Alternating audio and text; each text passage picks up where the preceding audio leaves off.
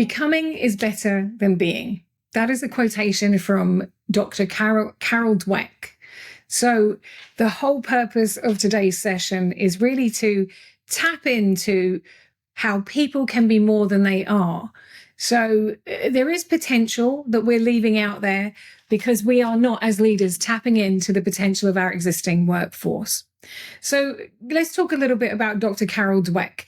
In her decades of research, Stanford psychologist Carol Dweck uncovered a truth that is both liberating and challenging. Human potential is not fixed.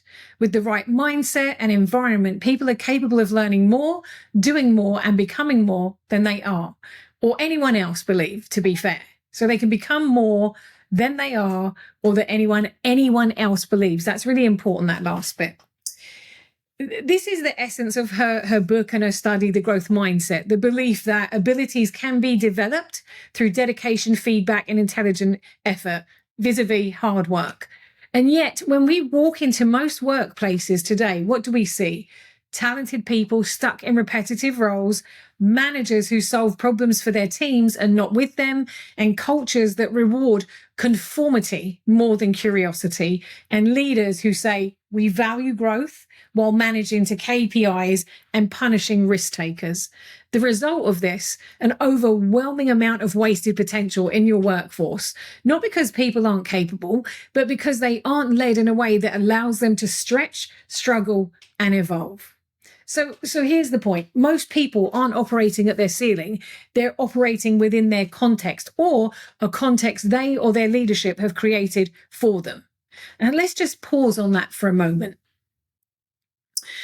So the average professional isn't performing at their true limits. They're performing within the bounds of the environment that they have been placed in. A disengaged team, this often a reflection of uninspired leadership. A plateaued high performer, they've probably stopped being challenged. So they're like plateaued now. A quiet quitter, somebody who leaves and you had no idea. More likely a disconnected employee who hasn't been stretched in years. So research, according to Gallup, only 33% of employees strongly agree that they have had opportunities at work to learn and grow in the past year. That's shocking, right? That means that 2/3 of your workforce may be coasting, caged, or checked out. Not because they lack drive or talent, but because their environment has stopped inviting them to expand. Let's just think about that for a moment. The fixed mindset leadership versus a growth-driven culture. So going back to Dr. Carol Dweck's theory, so it was originally applied to students and education, but the implications were for the workplace are profound. So in a fixed mindset culture, leaders view ability as static. Top performers are given the opportunity, weak performers are boxed in or managed out, and their struggle is seen as a liability, not a sign of growth. So an employee's struggle in the low performers, I'll just repeat it, is seen as a liability and not a sign of growth. Well, contrast that with a growth mindset culture where struggle is embraced as part of learning, feedback is frequent, specific, and safe, and success is measured with not just in output, but in trajectory. And managers tend to ask you, how far can you go? Instead of, are you there yet? This difference isn't, philosophical, it's measurable. Companies that foster a growth mindset culture experience higher employee engagement, better team collaboration, and more innovation. And this is all according to the research from Harvard Business Review and Dweck's own organizational studies. And you can't go wrong with that. So when you think about the role of leadership, let's think about it from the point of, are you being a boss or are you being a builder? So the role of leadership from boss to builder. Now, this brings us to the heart of the issue, leadership. It's always the front line, the leadership. Leaders particularly are the primary shapers, as I'm sure you know, of the belief systems in the workplace, because that's who your employees are dealing with day in, day out, every day, looking for guidance, information, etc. So the frontline leaders decide what and who gets praised, who gets stretched, how failure is handled, and whether effort is acknowledged or ignored. In other words, they shape the invisible boundaries of potential. Now, I've worked with hundreds of managers and leaders from across all industries, and I have witnessed the pattern. There's a servant-minded, growth-orientated leaders. They don't just manage tasks, they build belief, they identify strength, they coach through fear, and they push their people beyond what they thought they could do. And here's how they do it. You don't want to know what it is, you want to know how they do it. Well, they create psychological safety. This is hugely supportive. And people can't grow if they're afraid to ask a question or to challenge the leadership.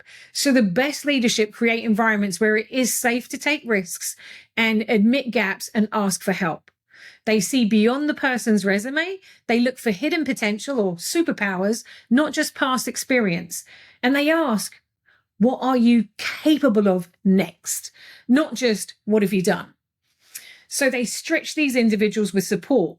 Great leaders don't just shove people in the deep end and give them challenges beyond their comfort zone and then walk beside them as if they're going to grow into the next level. No, they don't.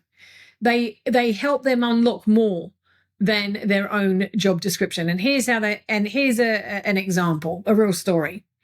So when I was working with a high growth SaaS client where one team member, a very quiet, competent implementation manager, had been overlooked for years, her leader, so this is one of my leader's employees, her leader saw her as reliable, but not as leadership material. So when that new leader left and a new leader was put in, one who was particularly already trained in our growth mindset leadership program, he challenged that narrative. He gave her stretch projects, consistent coaching, and visible trust. 12 months later, guess what? She was leading a team of 5, launching a new onboarding initiative and contributing to a cross-functional strategy. Guess what? Her skills did not change overnight. Her environment did.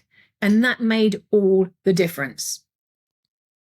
To you as a leader or to your organization, let's just weigh up the cost of ignoring that growth potential that you probably already have inside your team.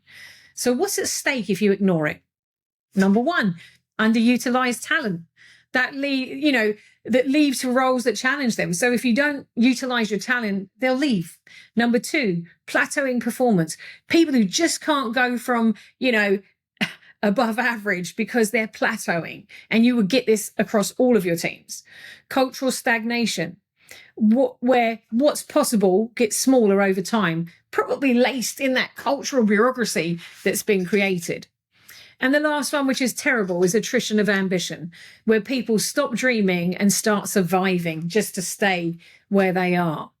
So in short, if you don't create a culture where people can be more than they are today, you will lose the very people you hired for their potential. It's ironic, isn't it?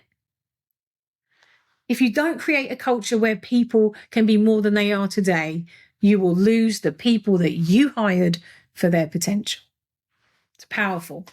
So a final thought. You should be hiring for who the person can become. So in a business climate that's changing faster than ever now, as we know, and, jobs being at risk based on AI, the competitive advantage isn't just found in your products or your processes. It's actually in your people's potential. That's where your competitive advantage is, in your people's potential. And that potential is elastic, meaning, it can go all over the place. The question is, are you creating the conditions for it to stretch? So leadership, I certainly don't know everything, but one thing I do know is leadership isn't about having all of the answers, but it is about building environments where people can surprise even themselves. Because as Dr. Dweck reminds us, everyone is capable of growth. Everyone is capable of more. And it's up to us, leaders, enablement professionals, C-suite culture builders. It's up to us to make sure that they know it, and we support them in their endeavors. I hope you found this interesting and exciting. That's me, Maria White, co-founder of Good Morning Enablement, CEO of Enablement Dojo. Please put comments in, question, call out, challenge. It's fine. Put it in the comments. Give us a like. And if you haven't subscribed and someone shared this, please subscribe. Have a great rest of your week, your day, wherever you are in the world. Thanks.